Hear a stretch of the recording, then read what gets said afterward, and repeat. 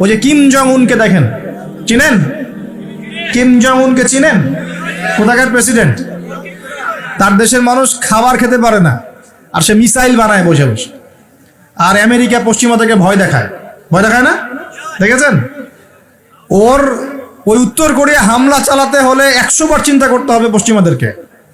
হ্যাঁ, কারণ সে 8-10টা মুসলিম কান্ট্রির মতো না যাদের কাছে এরকম কোনো অস্ত্র নাই। কথা বুঝতে পারছেন? ওকে অত সহজে কিন্তু কেউ আক্রমণ করবে না।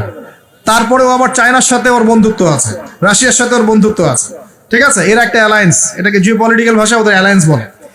তো ওরা শক্তিশালী হলো কিভাবে?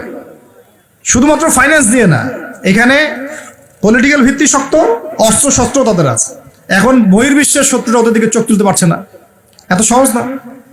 তো দেখেন আমাদের পিছিয়ে পড়ার এগুলোও কারণ আছে। মুসলিম কান্ট্রিগুলোর দিকে তাকায় দেখেন, কয়টা মুসলিম কান্ট্রি এইসব ক্ষেত্রে স্বয়ংসম্পূর্ণ? কয়টা কান্ট্রি দেখবেন আপনি?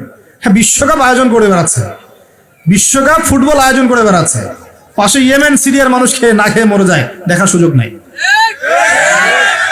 কি করছে? ওইখানে বেস ক্যাম্প দিয়ে রেখেছে পশ্চিমাদের জন্য, ওখানে বেস ক্যাম্প ঘাঁটি দিয়ে রেখেছে পশ্চিমাদের জন্য। এবং বহু মুসলিম কান্ট্রি যারা মানে আমাদের কাছে এখন আইডল হয়ে বসে আছে, ভিতরে ভিতরে ইহুদি খ্রিস্টানদের সাথে বন্ধুত্ব করে বসে আছে। তারা উঠতে বললে ওঠে, তারা বসতে বললে বসে, ওদের ইশারায় কাজ করে কি না? জিও পলিটিক্যাল ভিত্তি দুর্বল, ইকোনমিক ভিত্তি দুর্বল, ফাইন্যান্স দুর্বল, আর আমরা আধ্যাত্মিকত্ব তো দুর্বলই। তো সব মিলিয়ে এই যে 100 বছরে আমরা পিছিয়ে পড়লাম, এখানে 100টা কারণ খুঁজে বের করা যাবে, এত কারণ বলার সময় নেই। এখন প্রসঙ্গে আসেন, এভাবেই কি চলতে থাকবে না উত্তরণের কোনো পথ আছে?